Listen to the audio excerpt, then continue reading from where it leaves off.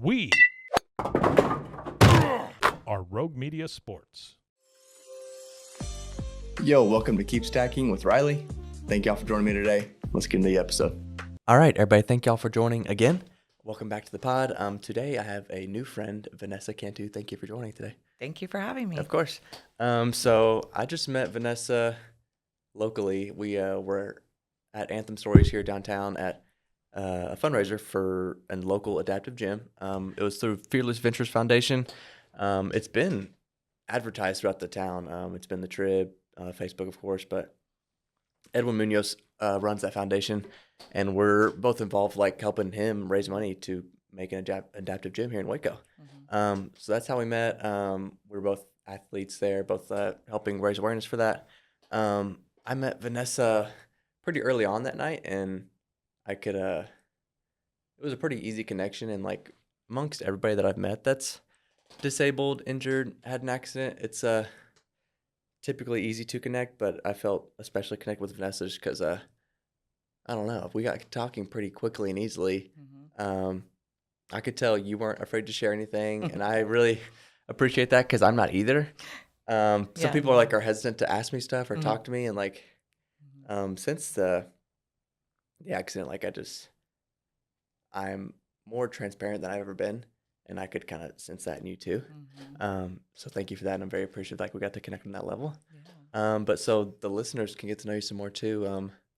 How did you end up in your chair? So my accident was in 1998. So I was 15 years old at that time. Born.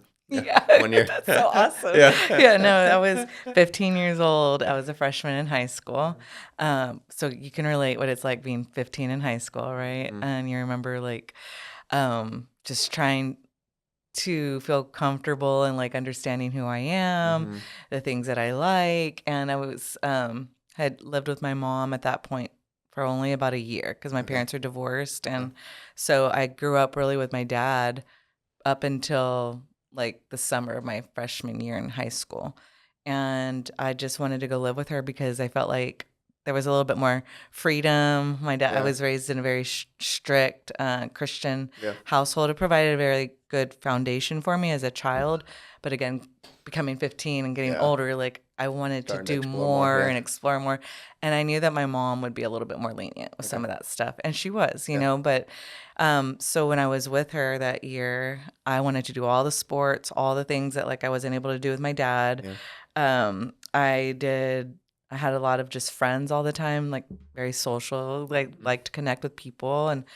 And so it was Easter Sunday. I remember it was softball season. I loved playing softball. And there's a highway I don't know if people are familiar, but there's a highway from Dallas to like Hillsborough area. It's Highway 67. It's kind of a back road to 35. And it's, it's just Is it like a 2-lane? It's a 2-lane, yep. There's like one stoplight in Venus at the time. And so that's the road we would take to go from my grandparents' house to where we lived in near Waco, actually, in a little town outside of Hillsborough. And so that night when the accident happened, we left my grandma's house, and I had plans that night to go with my friends. I wanted to go hang out with my friends that night. Yeah. It was also a weekend?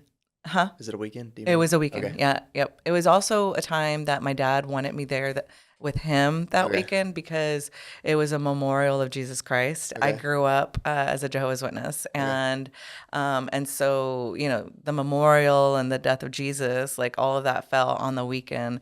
That I told him no, I didn't want to go because I had plans that night. Trying to get away from that, Trying to get away, and so that night, looking back, I'm like, I wish I would have gone with my dad. I should have gone with my dad. But we were driving home, and we were in a brand new Ford Expedition, 1998, and I was in the back seat behind the driver's seat. And I remember my stepdad like getting off of the road, and he kind of leaned over to tell my mom something and like took the wheel with him, and got, and so when he pulled the wheel back, he tried to correct and get back on the road.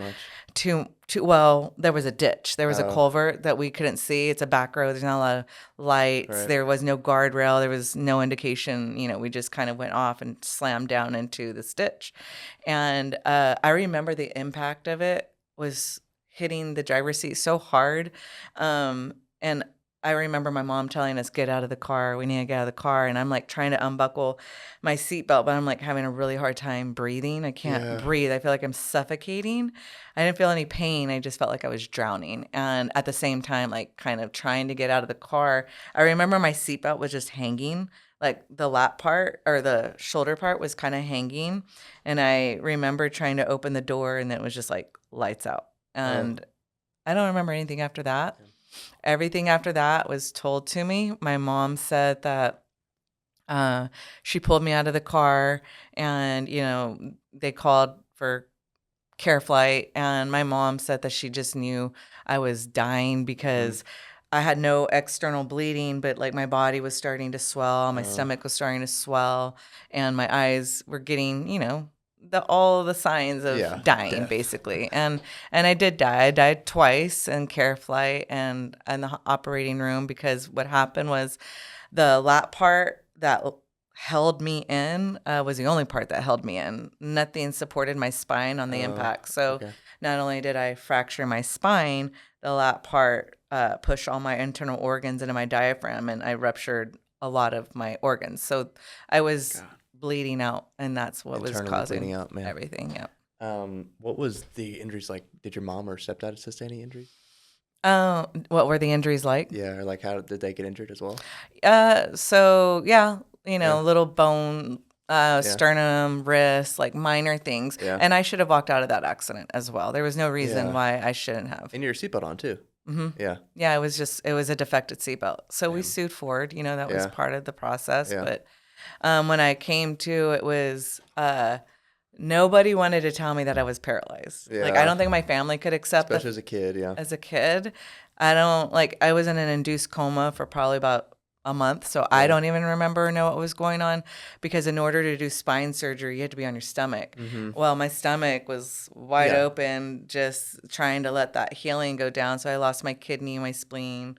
I had a colostomy, a lot of intestinal damage. And they had to wait for that stomach to heal in order to be able to do like an 8-hour surgery. So, with a broken back, like you can't move, they need you to be still. So when I woke up, I just remember like not having a clue as to like what was wrong with me, what happened. I just knew my legs felt weird. Yeah. And I would tell my family like, take my tennis shoes off or pick up my legs, I didn't know what was going on. And they would just pretend like they were doing whatever I asked and nobody said anything. And then I remember one day the doctor came in and I was by myself and I said, like what happened? Yeah. What's wrong? And he basically said in so many words, like you're paralyzed, you have a spinal cord injury. And I'm like looking at all my banners and all my stuff, that all my friends decorating the room. And I'm like, cannot even comprehend because I'd never even seen somebody with a disability before. And so what does that mean? And then my mom walks in and at that point she was like, why are you sad? What's wrong? And I said, the doctor just told me I'm paralyzed. Yeah. And she said, I'm going to go have words with the doctor. And she did. And then we checked out of that hospital like in 48 hours and went to another hospital that, in Dallas and had the spine surgery and realized like I was going to have maybe a second chance just based off of the type of spinal cord injury it was. Yeah. And so. Dude, there's like I said before, there's so many ways we could steer this conversation, but I have a good outline of what I think I want to talk about because like I kind of interested like what it was like at the time, what was spinal cord injury awareness like at that time? Because even nowadays I feel like it's not the best. Maybe in Dallas or Houston they know a lot, but in Waco it's not the best. And then like I met Justin at that fundraiser too, and he got hurt around the same time, maybe earlier, and like he was talking about how I can't really fathom how lonely that was for you at times. Very lonely. So like I can sympathize a little bit, but then also I can't sympathize with being 15 and having all this thrown at you in such a young age. It's disheartening to say the least. And like I'm so sorry, but one of the things that I often wrestle with in my head is like I know a couple people that got injured at your young age. Like Michaela was hurt pretty young.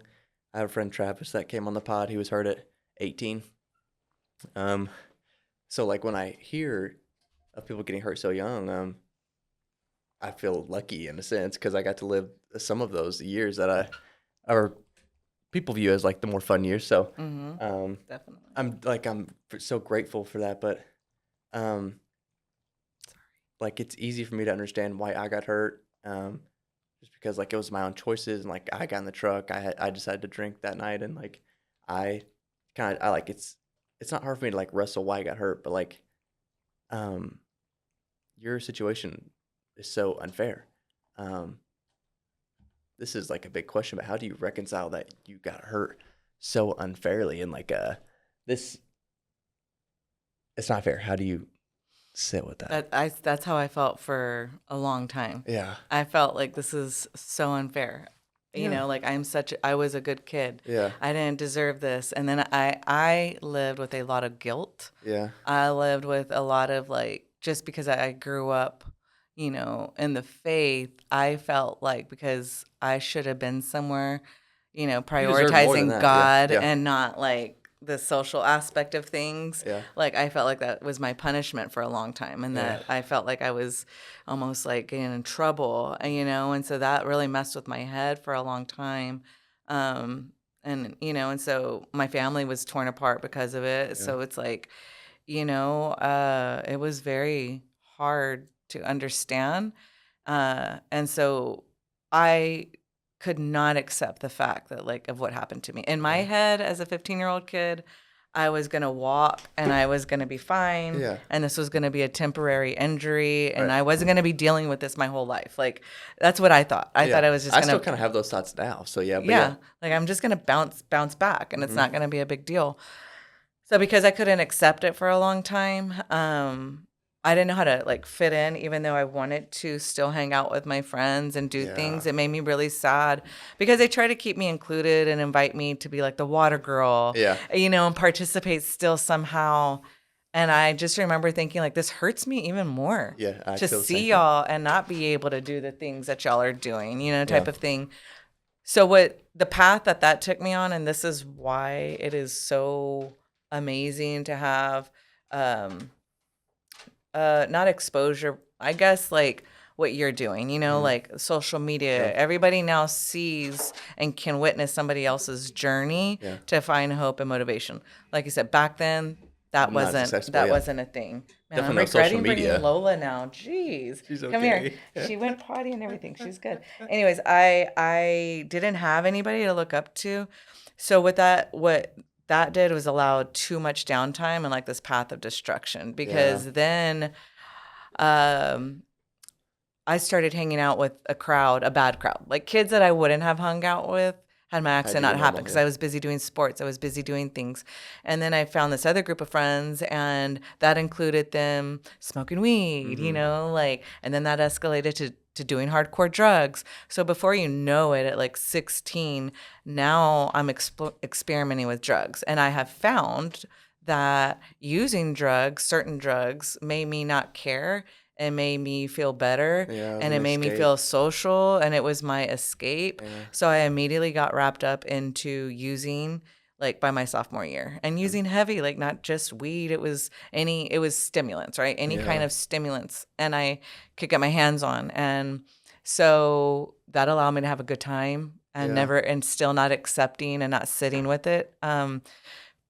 Man, for way too long. And then that put me into bad relationships, and that put me into, because I didn't love myself and I lowered everything about me. So now I've been abused, and now I'm hanging around people it just took me down this dark path for about 10 to 20 years because I didn't have anybody or anything. I had yet to see somebody where I was like, man, that's a strong, young, disabled person. Like I can be like that too. I never saw that strong, young, disabled person. Like it was no motivation. There's something to be said about that now because I do get to see that strong, young, disabled person. So like, there seems like whenever I get to see that, like I feel encouraged at times. But I wanted to touch on how you said like whenever they try to include you be the water girl and stuff. Yeah, I can relate to that as well because it's not exactly that way because I didn't get hurt in high school, of course, and like people aren't trying to include me like in baseball stuff anymore. But like as a man and like former athlete, and like my friends will like sometimes I'll get applauded now for like putting my shorts on or like rolling in bed and like climbing up, and I'm like, I don't feel like I deserve to be applauded for something that every human can do. So like it's no fault to them. Like the encouragement is obviously kind of expected, and like what else are they supposed to do? Like shit on me for like getting better, but it's just that's I can relate to that sense of loneliness because like they don't really understand like it's isolating you even further at some points whenever they're trying to include you. But I think that's like something that we like have to get past, and also like kind of grow out of the fact that like this is not like it's not that deep. Like they're really just there to help you, and like even though you were able to do so much before, you can't compare we can't compare our current lives to our past lives, because now I'm kind of having to let my old self die a little bit, like let him go. Oh yeah. Because I mean, I just can't keep.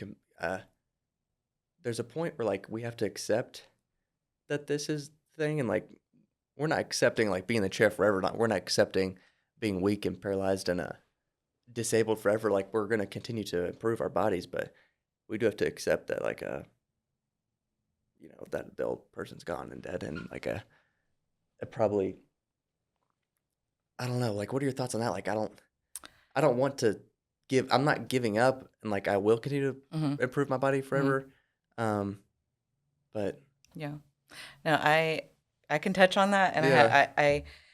I think I had a different perspective, like just listening to you talk about the whole like what the things that you got applauded for Yeah. from like friends and family, right? Yeah. And the things that we got applauded for, and it's like we're in it and we're living it, right? There's Yeah. a large part of it where it's like, we were medicated, we were, you know what I mean, on a lot of stuff while going through our recovery. Our families and our friends like saw us At our like lowest, at our Yeah. worst, like, you know what I mean? Like I was asking you before the Yeah. show, like, I'm sure turning and sitting up is a big deal compared Yeah. to what you look like and what happened like right after your accident, like Yeah. that you can't even That's fathom true, yeah. because we weren't on the outside And I could looking see in, like myself, we yeah. were just like literally surviving.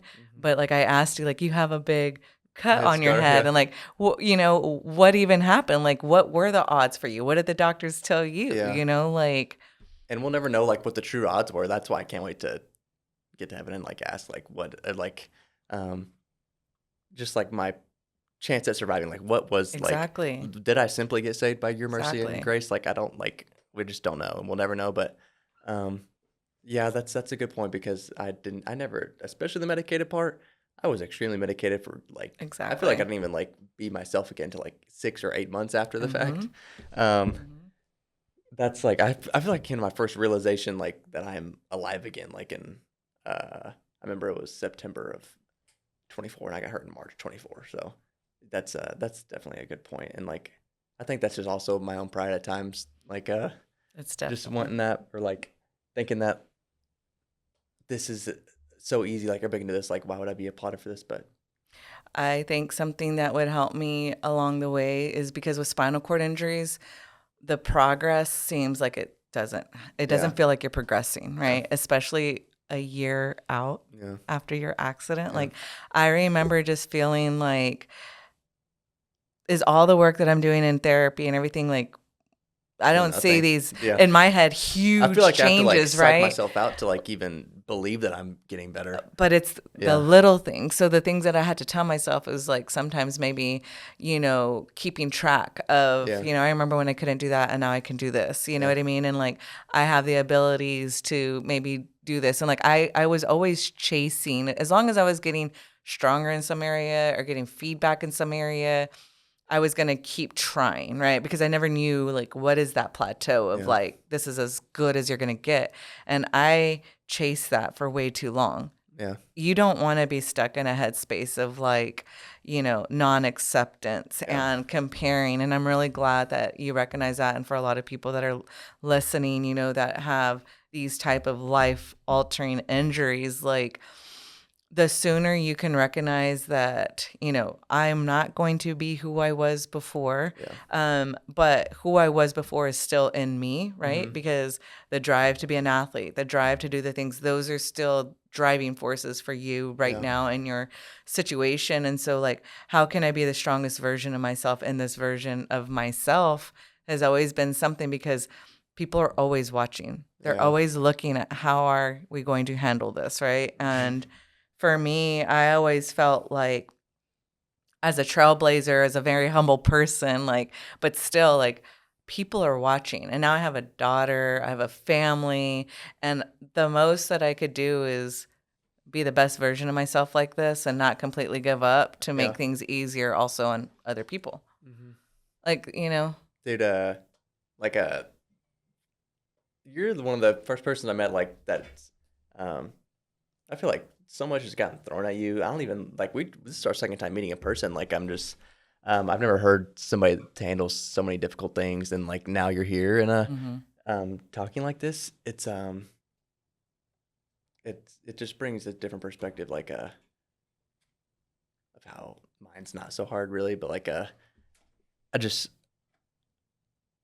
I'm so inspired by you, but just thank you for just sharing all that stuff. But one thing I also want to talk about, I was like poking through Instagram and I saw there was one post that stuck out. I think it just stuck out because it was highlighted in pink.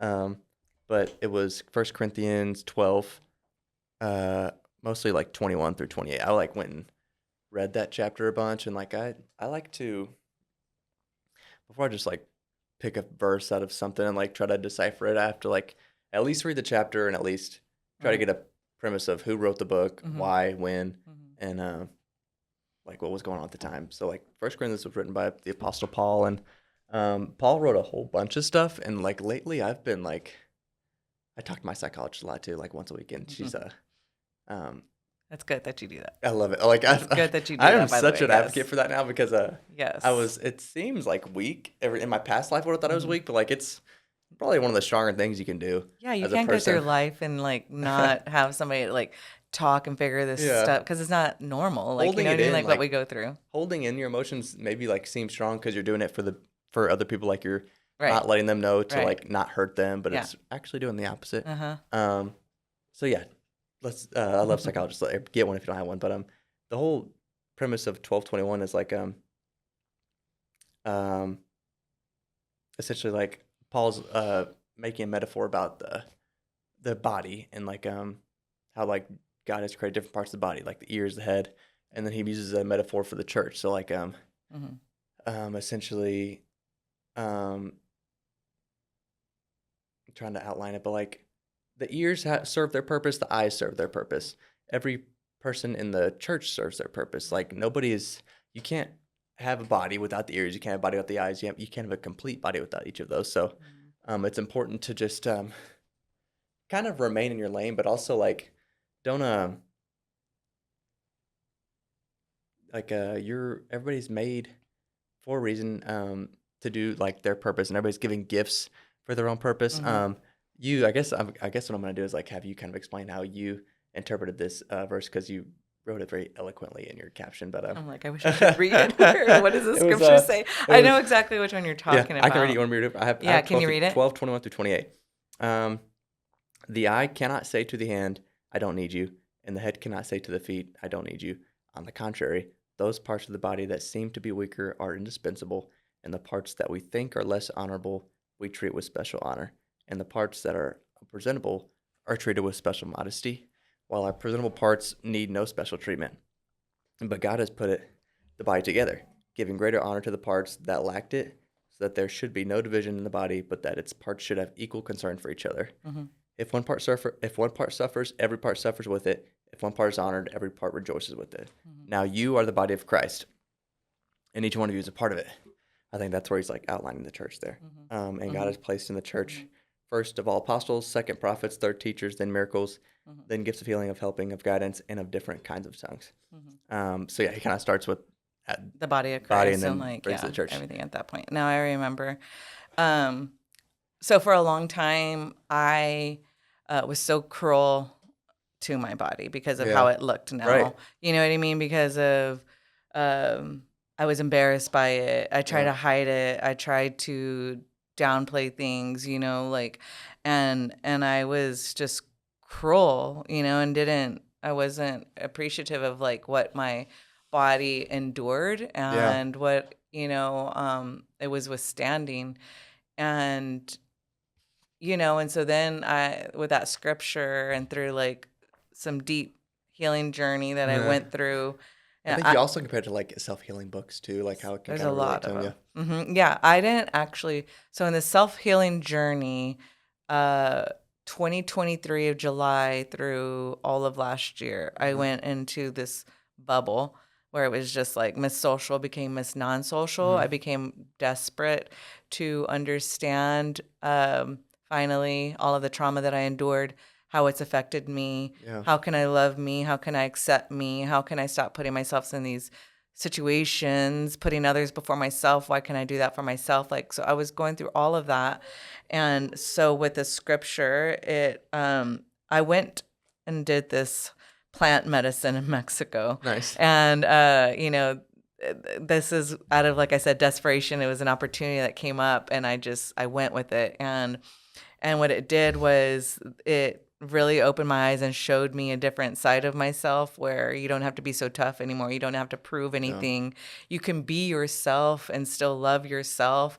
And it gave me gratitude for life. So this is like, for me, when gratitude came into the play, reading that scripture, it was like, look how your body still operates when something isn't there or Yeah. is taken away. Like, you should love everything and how it operates together. And then this fascination with how God designed us Yeah. to, be able to withstand trauma, the body to be able to heal in the best capacity that it has, to be honorable to it, and then also to just be grateful because it's withstanding and bearing so much already, Yeah. but it all works together. And so like I became, Lola. I became fascinated with like this. Yeah.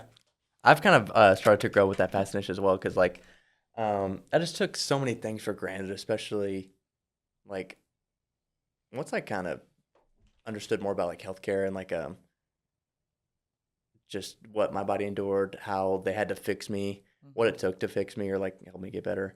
Um, it's this. I was like such a normal guy before. Like I never took medicine. I never had injuries. I never like had to even get affiliated with any kind of hospital or doctors because I didn't need it, and like I just got lucky with no injuries. But I've started to just as I've learned more about spinal cord injuries and like the different parts of our body, how each of them kind of serve a purpose, and like we hurt the most important part of our body, but it didn't necessarily take the whole thing down.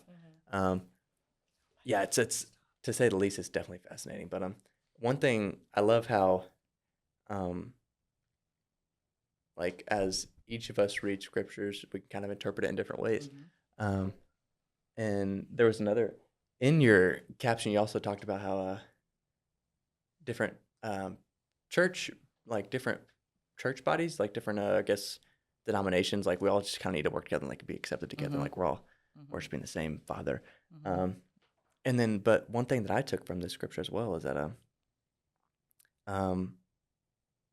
like as you know, I went through my injury. Like I like there's so many times where like I just feel so isolated and out of place. That like now that I'm hurt, like I don't belong because nobody can really understand what I'm going through. Even at times, I don't think disabled people can really understand what I'm going through. I think they can understand the most, and that's why I feel so at home around them. That's why I felt like actual joy at that event because like I didn't feel out of place anymore. But and that's why I'm so excited to get to ATF. But the scripture was like kind of helped me remind that even though at times like I feel less than or like I'm not in the right place, like this is all a big mistake. Whenever he was talking about like the parts of the body and how each one serves their purpose, like and like how each body part is a part of Christ and a part of the church, and church is like a part of the being a part of the church is just being a human. It helped me to understand that like this is where I'm meant to be. This is not I definitely don't believe in coincidences anymore. Um, I'm just it's helped me understand a bit more that this was no accident. Like it's always portrayed as an accident. Like how'd you get involved in your accident? This is all meant to be. It's all going according to plan. So I'm just very. I'm glad I came across that scripture in specific because once again, it wasn't a coincidence, and like we're not having this discussion by accident. So I just I'm helpful that it helped me understand that nothing is anything that happens is not coincidence. So we might not understand it. Yeah, we don't we understand might not ever understand it. But I always say like in hindsight, at some point, it'll all come together and it makes sense. Yeah, that's where our faith comes into play. I have one of the questions about well, very early in the episode you mentioned Jehovah's Witness. I have no knowledge about that. What is their perception on Jesus, and like how is it different from your perception on Jesus now? Well, I mean, they believe in the resurrection. Okay. They believe in God, Jehovah. I mean, in the Bible, his name is Jehovah, and then Jesus as the Son. Okay. And so I feel like that I was raised as a Jehovah's Witness. I feel like it provided a strong foundation for me as a Christian, period, no matter what route I went. I was very confused for a long time, I feel like, as a Jehovah's Witness because, like they don't believe in blood transfusions. Yeah. And if I survived because I had blood transfusions. Like, if it's your time to go, it's your time to go, right? Yeah. Like, and type of thing. So that was very hard for me to wrap my head around. Like, how could you let me, if that was the thing. But regardless, like having a knowledge of God and everything, like I was very upset and very, like I said, very confused for a long time. However, saying that, I also was still very like believing that it'll make sense later. Yeah. Like I was like, I don't understand right now. I'm so angry, but later it'll make sense. And I just always truly felt that later it'll make sense. Like it's not meant to make sense right now. Later might be the afterlife too. Maybe. Yeah. And no matter what somebody else tells you, it's like you'll know it and feel it when that time comes, because you will get there. Like we all come to that conclusion at our own time, but it just took me a lot longer than most people, like I said, because I ran from it for so long. I've been noticing your necklace says "Be still." That is like I've kind of been living by that for a while. I don't know where it says it in scripture exactly, but that's "Be still and know that I am God." I think is it Luke, maybe? Sounds right. Yeah. I don't know. But I've never recognized the importance of what being still can do for us, and I think that's such a common thing, especially now this day and age. Like nobody really ever stops ever, and I was not stopping before the accident. Now that I'm forced to be still and like actually like literally be still, it's just allowed me to like actually listen to my own thoughts. Who am I? I think I could have gotten away with like not understanding what I wanted to do, who I wanted to be for years. So like in that stance, like I'm so grateful that I am paralyzed because I've been literally forced to be still and not move so that I can be in my own head. That's a hard place to be, though. Yeah, sometimes it is. Yeah. Like, what is like be still? What does that mean to you? Well, because like I said, I ran from it for so long, and I didn't want to be still. And being still would have been the one thing that would have, like, it sucks. But it was, it was when I finally sat to be still, it was that one time when I could finally, like, try and make sense of everything and then trust and have faith. And the one person I should be talking to through all of that was God, and I was looking everywhere else. But God, and not crying to him, it was like I wasn't desperate enough because I just didn't allow myself to go there. But it requires being still. Actual intention, with like intention. Yeah. It does, and he says that for a reason, like, know that I'm God. And like this morning, even it was like, God, you didn't, I literally had these thoughts this morning. I said, you didn't take me through all this and, I have to live my life with a disability. I don't want to grow old alone. Nobody does. But I That don't want to haunts me grow as old well. alone with a disability. Yeah, that haunts me You know too. what I mean? I was like, who? Yeah. Uh-oh. Did we unplug or was that plugged? Was it always unplugged like that? I don't know. It was? Okay. Okay. And so I had these thoughts this morning, and then I also at the same time thought and said, wait a second. Like that is a fear.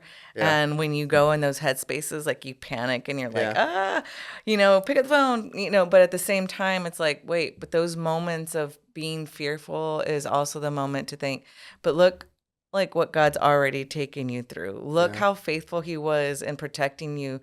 Look what you have now. So like, don't you know that he's also got your Yeah. future and everything else planned out? Like, and then it's just like, oh yeah, that's right. Like, but being still and not picking up the phone and running and like instead going to God and then quickly getting that reassurance and that reminder, like that's what being still is. I'm happy to hear you say that because I've had that same thought and it haunts me. But that's like where we have to have like this huge amount of trust that God will come through for us in those times because there's no doubt that that scenario is possible. It's not impossible. I believe the enemy puts those thoughts in our head to intimidate us, scare us, even start to believe that that could happen, and then ultimately just like make us want to give up because what's the point of doing now if that's going to be your future? I heard something real quick that on the way up here was like the devil says stuff that sounds like the truth, but behind it is a lie. Yeah. Right? Like Yeah. he'll make you think things Yeah. and it might be true, but then you're like, wait a second. Yeah. No, it's not true. And then you have to understand like, well, why is it not true? Yeah. Like, are you really all alone? Yeah. Like, or do you have people that around you to the left, to the right that you could pick up the phone? You know what I mean? Like Yeah. how it's up to us on how alone and how lonely That's- we want to be. Exactly right. And like also I'd try to catch myself from dwelling on the past and futures too much because it's so destructive. But I mean, I didn't predict that I was going to be paralyzed whenever I was living in Dallas at this point or when I was 24. So who's to say that I can predict that that's going to be the future, like being alone and old and disabled. I can't predict that because I couldn't predict this happening. So who's to say that I can predict that happening? I try to lean on that as well, but I'm glad you brought that up because it's that's a scary one. I hate that thought. I do too. Everybody hates that thought, like, and when we all get old, everybody's going to become Yeah. in our shoes. We just got there quicker, Yeah. like people you deteriorate at some point, that's why we got to be as strong as possible because yes, we have a little bit of a disadvantage on a head start with that. Yeah. That's why it's important to like also take care of ourselves. There's a lot of able-bodied people that don't take care of themselves and they start deteriorating really quick as they get older. So it's like, perspective. I love that. Okay, so there's so many, like I said before, and I keep saying like I could ask you a million questions, but I want to ask you about your Paralympic journey. I know you were a Paralympic athlete at one point, yes? I didn't do Paralympics. What is that story like? What is so I did CrossFit. Okay. I did competitive CrossFit. So CrossFit was, around for a long time, but when was it? I had my daughter in 2013, and that's when I turned 30. That was actually when I finally became like clean, sober, and was like, okay, I have a daughter. She was my second daughter that I had. I had one in 2005 and she had passed away at 6 months. So it was like, this was my second chance of being a mom. And I was, very excited. And at the same time, it was like, okay, now I need to really like get myself in shape. I need to be the strongest version I can because it was just going to be me and her. I didn't have, I had her dad, but he was very abusive, not a good person. So I was essentially going to be raising her by myself. And so I did have to be strong. So what I did is I signed up for a CrossFit competition. They had just had their first like adaptive CrossFit competition in Dallas. Yeah. And that's the first time that I saw a bunch of people like that were strong and wheelchairs that I could look up to and that I was like, holy cow, like finally, like I can be like strong like them and I'm competitive. Like it was on hold for a long time because, I was messing around. But finally I was just like at this place of like, I want to see what this looks like. Yeah. So I started competing in CrossFit. And what that meant was any and all CrossFit competitions that there was. I was traveling, I was flying, I was going places, I was signing up for all of them. And, at the beginning, it was like, I want to make sure that I share my journey of like how I train, because coaches didn't know how to train people in wheelchairs in a gym, and how to modify workouts. And so like we were learning together, and I was learning and, growing with a bunch of people that were new in this, field. Yeah. And so then my whole goal was like share, become strong, and let's see if we can like, make this a thing for more adaptive athletes to sign up and do this sport. Well, I became really like in the best shape of my life doing that. I learned that I could swim, then I didn't think I could swim. Nice. Like I learned that I could do a lot of things that I didn't think I could do because of my injury. And that's a cool thing about just trying. Like you just don't know. Like we limit ourselves so much when we have these injuries, what our parents and our doctors and everyone wants us to be in this safe bubble, and my mom hated every time I did it. Like, she's like, when are you going to stop doing this? Like, you're already hurt. And it was like, I need this for myself. You know what I mean? Like I've already had so much taken from me. Like, let me just do this. And I became good at it, and I became strong. And so I competed for 5 years, and the top I would always podium top 3 for the women. Do you do certain events, or is it like a whole? So a competition for CrossFit is basically like you might have 3 workouts in a day spread out throughout the whole day. And so it's just like they'll give you a workout, do like 15 wall balls and sprints, and they just write it up. And so do it the fastest, like is one whoever podium, whoever does it the fastest. So it's a combination of like strength and speed or endurance. And so I was really just there for the social aspect of it. It was really to have fun, but at the same time I liked feeling strong.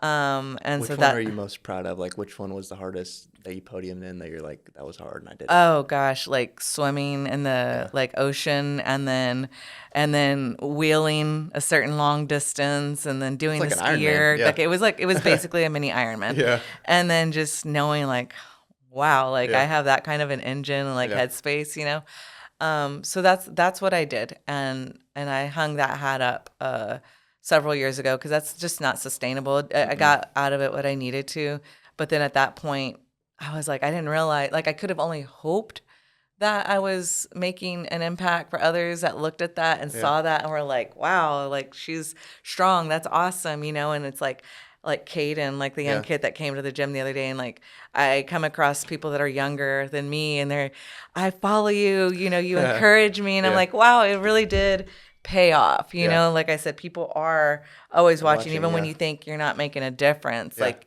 you are, because there's people like me and like you that were looking for motivation, and now it's all over, social media. So it's like,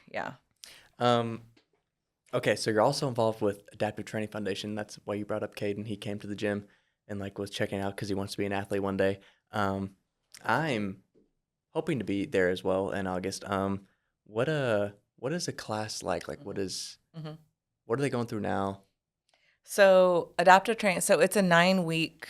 It's a free 9-week program. And basically too. When was it? So that very first year that I competed in CrossFit is when I met David, who's the founder and the owner of it. And that was 10 years ago. Gotcha. So when I met David, he invited me to his gym, and I just kind of me and him started working out, and he started training me. And then the vision of ATF kind of came to life as, and I was, what a blessing to like, I had no idea that it was going to be what it is today. But I just love seeing all the new athletes that come through the door, knowing like, David had me doing some really hard things at the very beginning. The whole goal is, what are your goals?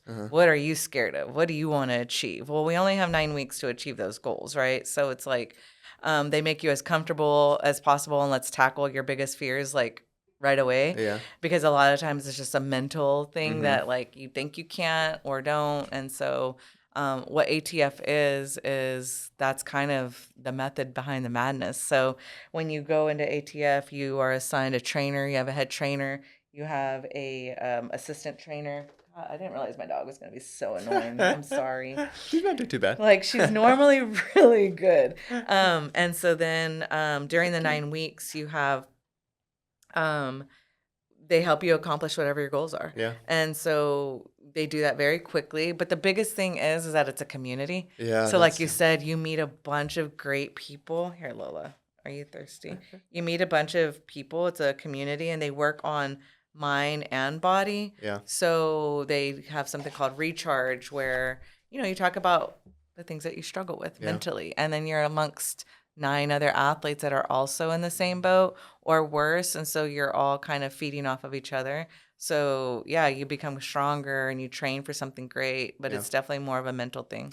That's what I'm most looking forward to is the community. Ever since I got a small taste of it at the fundraiser, I was oh I just man, knew that's you're what gonna I love it. am You're gonna meant love to it. be because Yep. I've had moments of joy after the accident, like I'm so grateful that I'm still here, of course, but I never really felt like I belonged somewhere until I was at the fundraiser. So Once you're there, yeah, you will feel empowered. Yeah. You will feel like, you have a community. It just changes your whole perspective. It's just such a wonderful place and such a big advocate for it. And I can't wait for you to be there. So do you do you train people there, or do you just work out there? No, Okay. so I assist train. Okay. I've been a head trainer and I've done that route. And that I would like to go back to doing that, but I'm always there as an assistant trainer.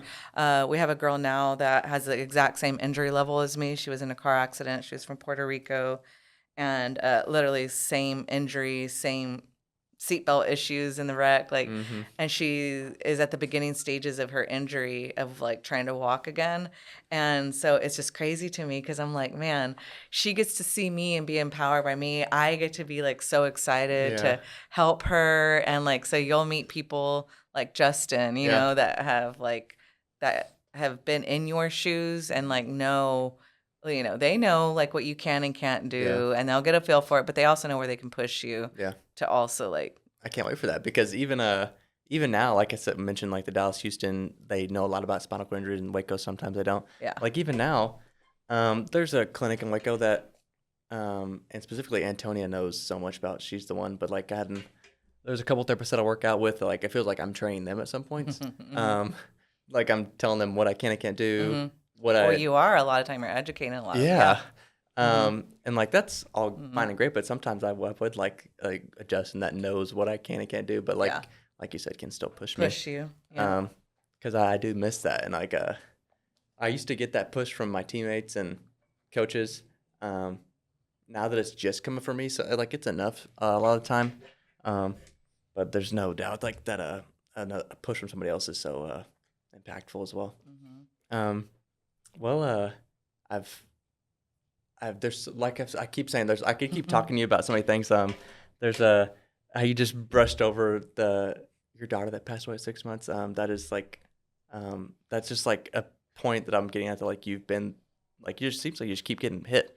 But to see it with you now, I can just tell how strong you are, and I'm just so grateful to know you, and I'm especially grateful that you came on the pod. And I also this morning, I was so tired, and I was it's not that I was I want to talk to you so bad, but I was God, I don't sleep this good ever. Yeah. So, Really? You got great rest last night? Oh, nice. I was sleeping so good. I was man, I could sleep more. Oh, but God. Of course, let's go to a Saturday podcast episode. I love it. But That's awesome. just thank you so much for coming. Traveling as disabled people can be tough sometimes. And I know it's, I'm still young in the accents. It's hard for me now, but I know it's not easy for you. But I'm so glad you came on today. Thank you for coming on. I'm so glad that people got to hear from you. I'll drop Instagrams and stuff in the caption, but just thank you so much for coming again. Thank you so much. I love sharing and I love hearing, and very grateful. And we'll be back together in August, hopefully when we're at ATF. I'll be there. Let's go. For sure. Cool. I'll be there. All right, guys, thank you so much for joining, and we'll catch y'all next time. Thank you. Thank y'all for listening. I'd love to hear from you guys. If you have somebody that you think would be a good guest, or you'd be a good guest, or you have questions for me, just shoot me a DM. Once again, thank you guys. Y'all keep stacking. Peace.